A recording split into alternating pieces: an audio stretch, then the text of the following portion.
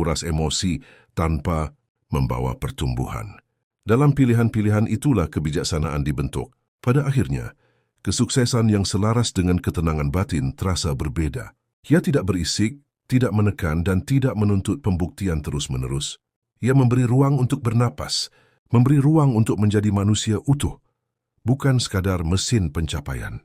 Dan di sanalah perjalanan ini menemukan maknanya yang paling dalam.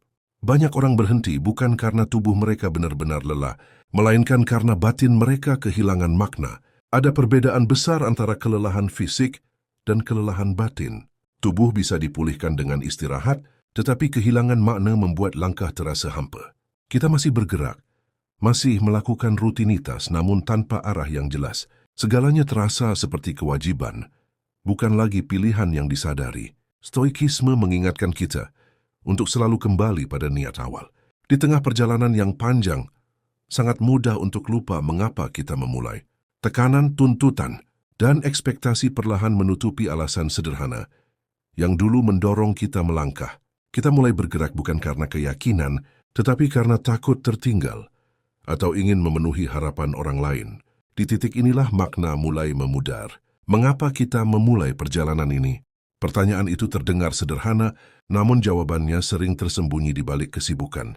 Stoik mengajarkan bahwa selama alasan itu masih jujur, selama niat itu lahir dari kesadaran dan bukan paksaan, maka perjalanan ini masih layak dilanjutkan. Tidak harus sempurna, tidak harus selalu bersemangat, cukup jujur pada diri sendiri. Ada masa di mana tujuan awal terasa jauh dan kabur. Stoik tidak memaksa diri untuk selalu merasa yakin. Ia hanya memastikan bahwa langkah yang diambil hari ini tidak bertentangan dengan nilai yang ia pegang. Ketika makna masih terjaga, kelelahan berubah menjadi bagian dari proses, bukan alasan untuk menyerah. Kehilangan makna sering membuat kita tergoda untuk berhenti sepenuhnya. Namun Stoik mengingatkan bahwa berhenti tidak selalu menyelesaikan masalah. Kadang yang kita butuhkan bukan berhenti berjalan, melainkan berhenti sejenak untuk mengingat arah. Mengingat bahwa perjalanan ini pernah dimulai dengan harapan, bukan keterpaksaan. Pada akhirnya, makna tidak selalu ditemukan di hasil akhir. Ia hidup dalam kesetiaan kita pada niat awal. Selama kita masih bisa berkata, "Aku tahu mengapa aku melakukan ini," maka langkah sekecil apapun tetap bernilai. Dan selama makna itu masih ada, perjalanan ini, seberat apapun, masih layak untuk diteruskan.